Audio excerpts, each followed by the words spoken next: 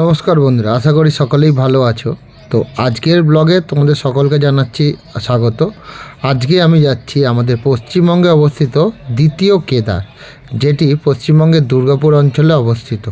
তো চলো বন্ধুরা, কিভাবে যাচ্ছি, কোথা দিয়ে যেতে হয়, সমস্ত ডিটেলস এই ভিডিওটি পাবে। তো অবশ্যই ভিডিওটি কিন্তু শেষ পর্যন্ত দেখো। বেরিয়ে তো পড়েছি, কিন্তু ট্রেনের টিকিট নেই। তো মেল এক্সপ্রেসের টিকিট কেটে 80 টাকার বিনিময় আমি প্রথমে উঠলাম বর্ধমান কড লাইনের লোকালে। এখান থেকে আমি যাব বর্ধমান, এবং বর্ধমান থেকে শক্তিপুঞ্জ এক্সপ্রেস করে আমি যাব দুর্গাপুর।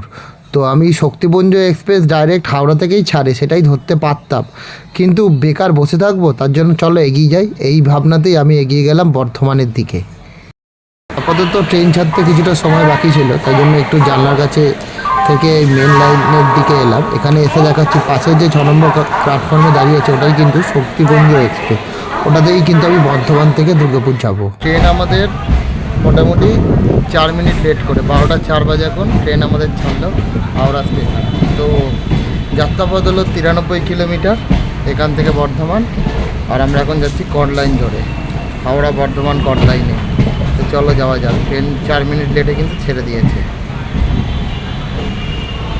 এখন আমরা যাচ্ছি লিলুয়ার উদ্দেশ্যে, আর এটা অল স্টপ ধরবে, সব কটা স্টপই ধরবে। আর চলো এখন যাই লিলুয়া। প্রথম স্টপে লিলুয়া।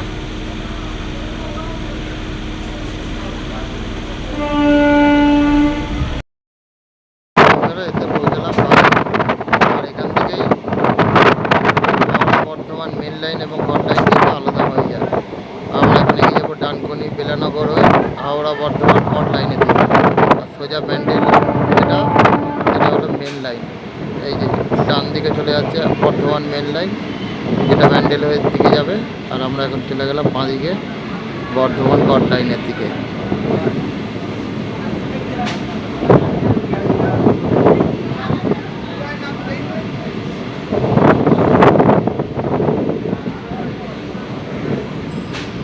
ওটা হলো মেন লাইন, এটা হলো কড লাইন।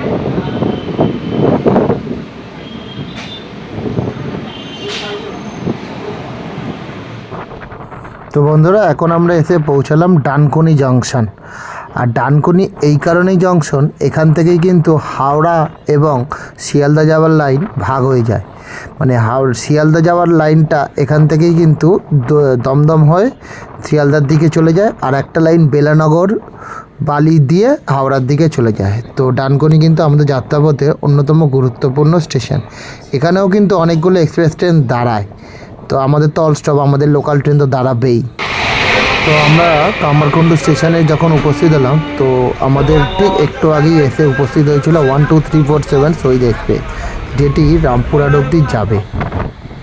তো বন্ধুরা, সামনে এগোতে 12,224 পাটনা থেকে হাওড়াগামী জনশতাব্দী এক্সপ্রেস এখন কিন্তু আমাদের পাস করে চলে যাচ্ছে হাওড়ার দিকে। তো এই হলো জনশতাব্দী এক্সপ্রেস, যেটি হাওড়ার অভিমুখে যাত্রা করছে। বন্ধুরা, পাল্লা রোড স্টেশন ছেড়ে আমরা এখন ঢুকছি শক্তিগড়।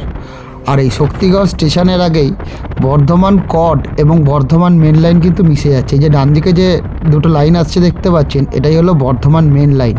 আর আমরা যে যাচ্ছি এটা এবং পাশেরটা এটা হলো কড লাইন। তো শক্তিগড় ঢোকার আগে কিন্তু মেন এবং কড একসাথে হয়ে যায় এবং যায় এটা বর্ধমানের দিকে। তো এই দিক থেকে কিন্তু ট্রেনও আসছে, সামনে একটা ট্রেন আসছে দেখতেই পাচ্ছি আমি, যদিও খালি চোখে। তো এই যে দূর থেকে এবার দেখতে পাচ্ছেন লোকাল ট্রেন, এটা কিন্তু বর্ধমান মেন লাইনের ট্রেন, মানে যেটা বর্ধমান থেকে ব্যান্ডেল হয়ে সেটা কিন্তু যাবে হাওড়ার দিকে। আর আমরা যাচ্ছি কড হয়ে, এখন যাচ্ছি বর্ধমানের দিকে।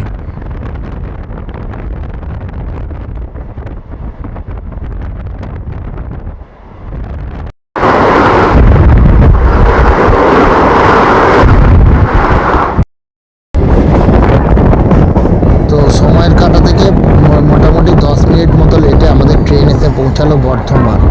এই যে সামনে ঢুকছি আমরা বর্ধমান মেল স্টপেজে, যেটা আমাদের ট্রেনটা দেবে 2 নম্বর প্ল্যাটফর্মে।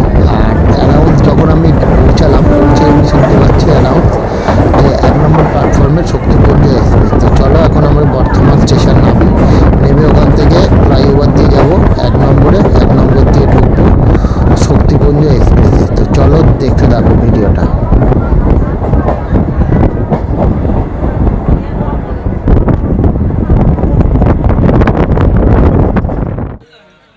বন্ধুরা, এটা হলো শক্তিপুঞ্জ এক্সপ্রেসের জেনারেল কামরার অবস্থা।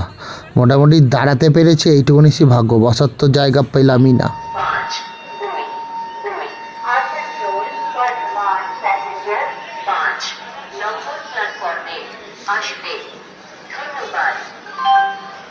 यात्रीगण कृपया ध्यान दें 6, 3, 5, 2, 2 Asansol Bardhaman passenger 5 number platform पर आ रही है। धन्यवाद। দুর্গাপুর স্টেশনের 3 নম্বর প্ল্যাটফর্মে এসে পৌঁছালাম আমাদের শক্তিপুঞ্জ এক্সপ্রেস। আর যাবো 1 নম্বর দিয়ে বাইরে, যাবো DB colony, Gammon bridge, Kedar মন্দির, পুরনো কেদার। চলো যাওয়া যাক বাইরে। বন্ধুরা, আমরা দুর্গাপুর স্টেশনের বাইরে বেরিয়ে এসেছি। আর এই হলো দুর্গাপুর স্টেশন বাইরে থেকে, বিরাট বড় স্টেশন। এবং এখানে মোটামুটি বড় হাওড়া এবং শিয়ালদা থেকে আসা প্রত্যেকটা বড় বড় এক্সপ্রেসই কিন্তু হল্ট করে। দু একটা বাদে এখানে কিন্তু বন্দে ভারতও কিন্তু হল্ট রয়েছে। এই হলো কমন ব্রিজ স্টপ। আর এখান থেকে এই যে বয়েজ স্কুল,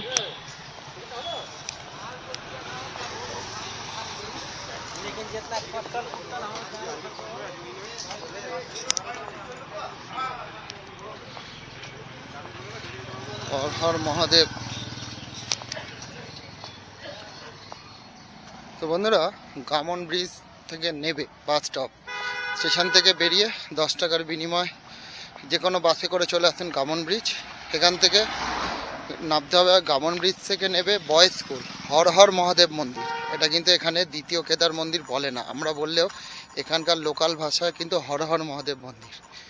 তো একটা বয়েজ স্কুল আছে সামনে, সেই বয়েজ স্কুলের ঠিক পাশে বাঁদিকে ঢুকে যেতে হবে, মোটামুটি 7-8 মিনিট মতো হেঁটে। তো চলো এখন যাওয়া যাক হেঁটে ওই মন্দিরের উদ্দেশ্যে।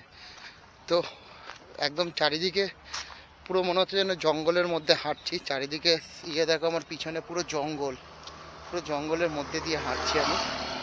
তো এখানে এলে কিন্তু একটু সকাল সকালে আসবে, রাতের দিকে আসা কিন্তু খুব চাপ, কারণ পুরো শুনশান জায়গা। মুখে 2-1টা দোকান থাকলে ভেতরে কিন্তু কোনো দোকান নেই, পুরো শুনশান। তো চলো যাই, সামনে গিয়ে বলছি, স্কুলটা দেখাচ্ছি, তোমাদের লোকেশনটা বলে দিচ্ছি আরও ডিটেলসে। তো এখানে আসবে কি করে জানি না, কি এটা হলো দুর্গাপুর। একদম দুর্গাপুর কলকাতা থেকে আসার কোনো অসুবিধা হয় না, প্রচুর এক্সপ্রেস মেল, তারপরে মেমো লোকাল রয়েছে, শিয়ালদা থেকেও রয়েছে, হাওড়া থেকেও রয়েছে। যে কোনো ট্রেনে ধরে মোটামুটি 2 ঘন্টা মতো সময় লাগলো। আমি এলাম 1:10-এর শক্তিপুঞ্জ এক্সপ্রেস ধরে, 80 টাকা ভাড়া নিল। তো আমারটা তো আমি বললাম। তো এবার যার যার ব্যাপার, কেউ ফার্স্ট এসি, এমনকি রাজধানীরও কিন্তু এখানে স্টপেজ রয়েছে। হাওড়া রাজধানী নেই, শিয়ালদা রাজধানীর এখানে কিন্তু স্টপেজ রয়েছে। তো চলো যাই সামনের দিকে, গিয়ে দেখাচ্ছি। তো মোটামুটি বন্ধুরা বলে রাখি, 5-7 মিনিটে কিন্তু হাঁটা পথ রয়েছে কামন ব্রিজ থেকে। আর যদি টোটো বা অটো বুক করে আসো, মোটামুটি 30-40 টাকা মনে হয় ভাড়া নেবে। আমি জিজ্ঞাসা করিনি, আমি বাসে করেই চলে এসেছি। অটো আছে, অটো যাচ্ছে কিন্তু এখানে। তো যাদের সুবিধার্থে জানিয়ে রাখি, টোটো নেই, অটো কিন্তু রয়েছে। আর স্টেশন থেকে এটা কিন্তু গামন ব্রিজ খুব বেশি দূর নয়, মোটামুটি শীতের বেলায় যারা যদি আসতে যাও এটাও কিন্তু চলে আসা যায়। মোটামুটি বাসে উঠলাম 2 মিনিটও লাগেনি, 2 থেকে 3 মিনিটের মধ্যে আমরা নেমে পড়েছি। খুব কাছেই কিন্তু গামন ব্রিজ। আর দেখো চারিদিকে তোমার এটা দেখো, পুরো শুনশান। দেখো আমার পিছনে পুরো শুনশান, কিন্তু মানে রাত্রিরে আসা কিন্তু একটু চাপের থাকবে, একটু বেলা করে। তো রেকমেন্ড করব যারা আসবে, একটু সকালের দিকে এসো, কিন্তু বেশি বেলা করো না। আমার কিন্তু বেলা হয়েই গেছে, এখন প্রায় 3টে বাজে। আর শীতের বেলায় 3টে মানে প্রায় বিকেল হতেই চললো, যে কোনো মুহূর্তে সূর্য পড়বে।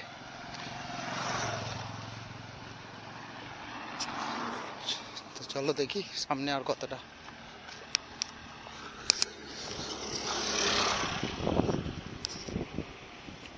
আসছি, এখানে ছোটোখাটো লোক মানে বাইকে করে যাচ্ছে, খুব বেশি কোলাহল মানে কোলাহল নেই, কিন্তু এখানে ফাঁকা, জায়গাটা খুবই ফাঁকা। বন্ধুরা এটা হলো বয়েজ স্কুল, আর ঠিক বয়েজ স্কুলের এই যে হরহর মহাদেব মন্দির, ডিপিএল কলোনি, DGP 2 বাঁদিকে। এই রাস্তা দিয়ে আমাদের যেতে হবে।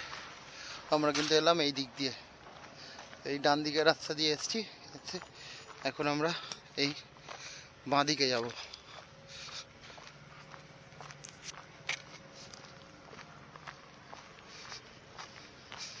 তো গামন ব্রিজ থেকে খুব বেশি দূর নয়, ওই 5-7 মিনিট মতো হাঁটা। আর রাস্তা কিন্তু একদমই শুনশান, কেউ নেই।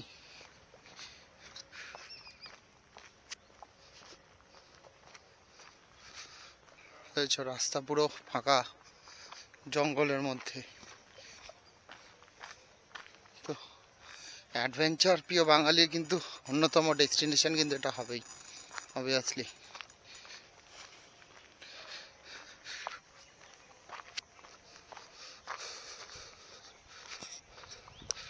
চলো দেখি সামনে গিয়ে দেখাচ্ছি। আর রাস্তার দুপাশে কিন্তু দেখো বাড়ি, সেই আর্ধেক ফাঁকা, কিন্তু বাড়িতে কোনো লোকজন নেই, কষ্ট বোঝা যাচ্ছে, বন্ধ বন্ধ হয়ে পড়ে রয়েছে। এদিকে একটা খেলার মাঠ, এটা হলো বয়েজ স্কুলের পিছনে খেলার মাঠ, আর সামনে ওটা হলো বয়েজ স্কুলটা।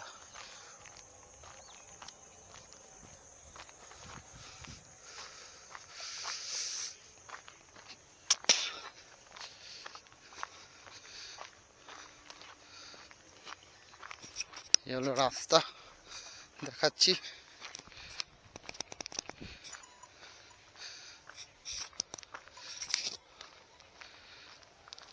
তো বুঝতে পারছো আমার মানে আমি একাই হাঁটছি এখানে এই এলাকায়, এই পোর্শন অন্তত কোনো লোক নেই না আমার পিছনে। তাও ওই মেন রোডটায় তাও কটা বাইক, ছোট ছোট গাড়ি ছিল, এখানে কিন্তু একদমই কোনো গাড়ি নেই, মানে পুরো শুনশান জায়গা। তো রেকমেন্ড থাকবে একটু কিন্তু সকালের দিকে পারলে এসো, আমার অনেক বেলা হয়ে গেছে কিন্তু আসতে, জানি না ফেরার সময় কি অবস্থা হবে। আর এখানকার লোকাল কিন্তু এখানে বলছে হর হর মহাদেব মন্দির। তো এখানে মহাদেব, হর হর মহাদেব। তো এখানে এসে কিন্তু তোমরা ওই দ্বিতীয় কেদার বললে কিন্তু এরা কিন্তু বুঝতে পারবে না, হর হর মহাদেব বললেই কিন্তু এরা বুঝতে পারবে। কারণ আমিও প্রথমে দ্বিতীয় কেদার বলেছিলাম, ওই জন্য কেউ বুঝতে পারছিল না। এবার যখন বললাম যে হর হর মহাদেব, তখন কিন্তু বুঝতে পারলো। কিন্তু গুগলেও কিন্তু কেদার দেখাচ্ছে, কেদার টেম্পেল, কেদারনাথ টেম্পেল।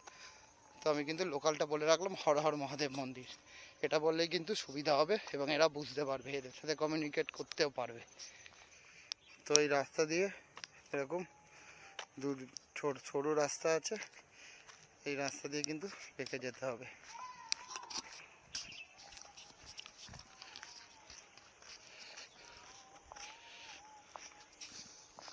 চলো, সরু রাস্তা কিন্তু একটু জেনে নেবে।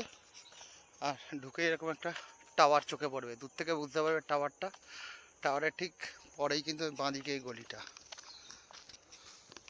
আর রাস্তাটা দেখে বোঝা যাচ্ছে খুব রিসেন্ট করা হয়েছে, একদম সিমেন্টের পাকা রাস্তা। গাড়ি রাখার জায়গা কিন্তু বাইরে প্রচুর রয়েছে, তো যারা গাড়ি করে আসতে চাও কোনো অসুবিধা হবে না। মানে এই মন্দির কিন্তু আমি দেখতে পেয়ে গেছি, জানি না ক্যামেরার চোখে দেখা যাচ্ছে কিনা। এই তো সামনেই মন্দির।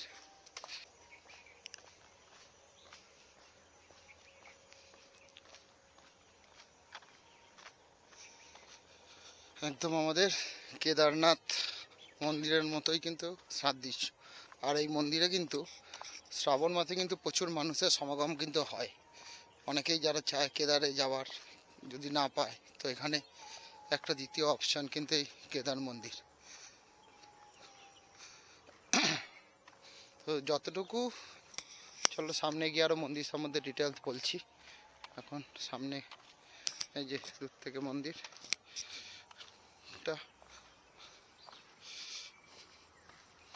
এই রে মন্দির তো বন্ধ, তাই না?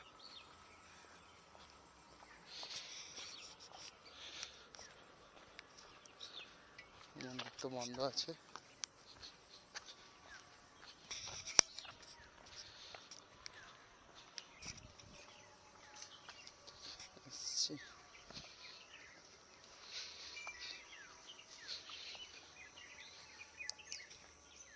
চলে পড়েছে।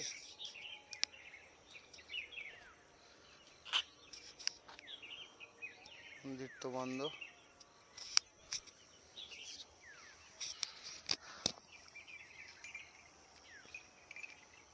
জানে কখন খুলবে মন্দির।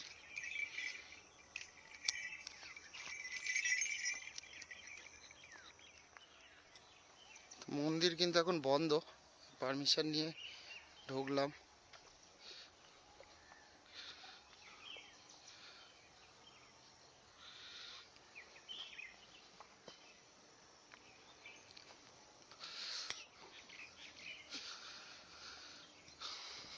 ভেতরটা তো দেখাতে পারলাম না, এবার হবে না, কারণ অনেকটা দূর থেকে এসেছে, আমার বাড়িও ফিরতে হবে।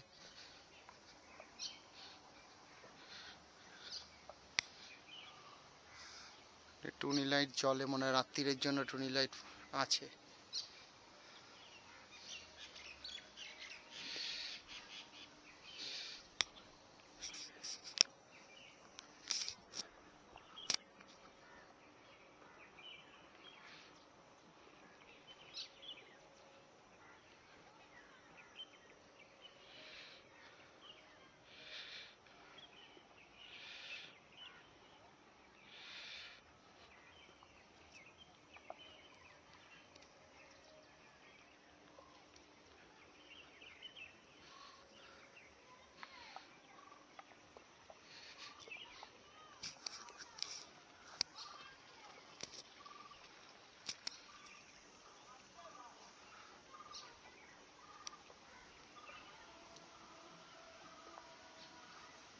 পিছন থেকে দেখো পুরো একদম কিন্তু কেদার মন্দিরই।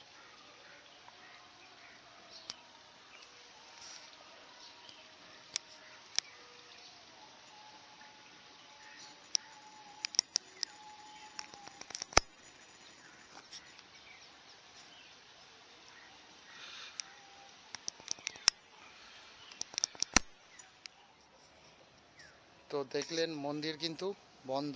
এই মন্দির কিন্তু কোভিড আমলে চালু হলেও কোভিডের জন্য বন্ধ হয়ে যায় কাজ।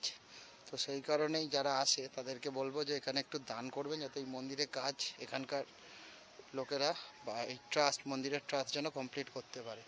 আর দেখতেই পাচ্ছেন মন্দিরের কাজ কিন্তু সম্পূর্ণ নয়। আর দ্বিতীয় যে কথাটা সেটা হলো 1টা থেকে 4:30 অবধি কিন্তু মন্দির বন্ধ থাকবে। তো আমি পারমিশন নিয়েই ঢুকেছি যে আমি ভিডিওটা করে বেরিয়ে যাব। আর ভেতরে শিবলিঙ্গ রয়েছে, নন্দী রয়েছে, যেটা শিবের যা থাকে সেগুলোই আছে। তো আমি কিন্তু ভেতরটা দেখাতে পারলাম না। আপনারা যারা আসবেন অবভিয়াসলি এই টাইমটা বাদ দিয়ে কিন্তু আসবেন, 1টা থেকে 4:30। আর দারুণ মন্দির, খুব ভালো জায়গায়, ফাঁকা জায়গায় একটু টাইম নিয়ে সকালের দিকে আসার চেষ্টা করবেন। বা সকালের দিকে অনেক ট্রেন আছে, 8টা, 7:30, 8টার দিকে যদি ট্রেনে আসেন তো 9টা 10টার মধ্যে পৌঁছে যাবেন। এক্সপ্রেস ট্রেনে তো মোটামুটি 2-1টা হল্ট। তো একটু চেষ্টা করবেন সকালের দিকে এসে এই মন্দির দর্শন করতে, ভালো লাগবে। একদিনে ঘুরে আসার অন্যতম উত্তম জায়গা কিন্তু এই দ্বিতীয় কেদার বা হর হর মহাদেব মন্দির। তো এখন আমি এখান থেকে, আমাকে বাড়ি ফিরতে হবে সেই কলকাতা। তো এখন এখান থেকে যাব আবার দুর্গাপুর স্টেশন, ওখান থেকে আবার ট্রেন ধরে বাড়ি। তো বন্ধুরা, মন্দির সম্বন্ধে কিছু তথ্য জানিয়ে রাখি। সেটা হলো এই মন্দির খোলার সময় কিন্তু সকাল 6:30, 6:30 থেকে 1টা অবধি খোলা থাকে। আবার 1টার সময় বন্ধ, 4টের পর খোলে। তো আমি যেহেতু অনেকটা দূর থেকে এসেছি, বাড়ি ফিরতেই হবে, তো ভেতরে মূর্তির দর্শন বা শিবের দর্শন তো আমি করাতে পারলাম না। তো তোমরা যারা এসো তারা কিন্তু এই টাইমিংটা মাথায় রেখো। আর এখানে আগে ভোগ খাওয়াতো অল টাইম, কিন্তু এখন আর ভোগ খাওয়ানো হয় না, করোনার জন্য বন্ধ হয়ে গেছে। শুধু বাৎসরিকে শ্রাবণ মাসের শেষ সোমবার এখানে বাৎসরিক পুজো হয়, তখন কিন্তু ভোগ খাওয়ানো হয়। আর এই মন্দির কিন্তু সোমবার সোমবার কিন্তু খুব ভিড় হয়। ওটা আমি এখানেই এন্ড করলাম। আর ডিটেলস যা বলার বলেই দিলাম, আপনাদের রাস্তা কীভাবে আসতে হয় দেখিয়ে দিলাম। তো এবার আমি ফিরছি বাড়ির পথে। তো আজকের মতো এখানেই টাটা, গুড বাই। আর ভিডিওটা যদি ভালো লাগে অবশ্যই লাইক, কমেন্ট এবং সাবস্ক্রাইব করে পাশে থাকবেন। আর এরকম অনেক ভিডিও দেখতে আমার চ্যানেলটা ফলো করে রাখবেন।